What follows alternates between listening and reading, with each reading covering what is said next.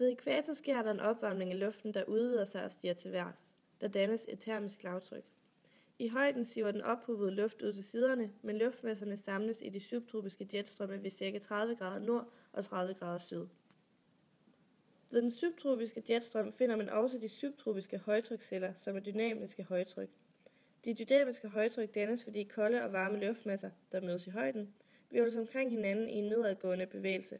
Den varme luft skubber den kolde luft ned. Ved jordoverfladen blæser vindene væk fra højtrykket og ind imod lavtrykket ved ækvator.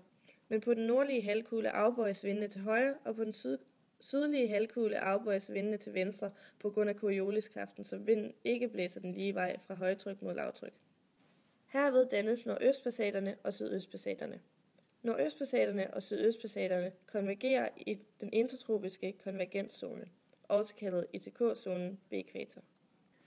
Fra de subtropiske højtryksceller er der også en nordgående vind på den nordlige halvkugle og en sydgående vind på den sydlige halvkugle, der blæser væk fra højtrykket mod mellembreddegraderne ved ca. 60 grader nord og 60 grader syd.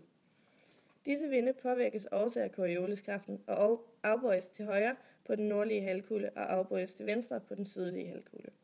Herved dannes vestvindsbælterne.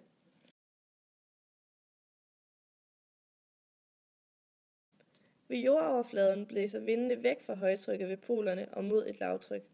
Når den kolde luft fra polerne møder den varme luft fra subtroperne, vil de begynde at cirkulere omkring hinanden i stedet for at blandes til en mellemtemperatur. De kolde og de varme luftmasser, der mødes ved overfladen, hvirvles omkring hinanden i en opadgående bevægelse, og herved dannes et dynamisk lavtryk. De dynamiske lavtryk dannes, fordi den kolde luft kiler sig ind under de varme luftmasser og skubber dem opad i højden, og i højden findes derfor den subpolare jetstrøm.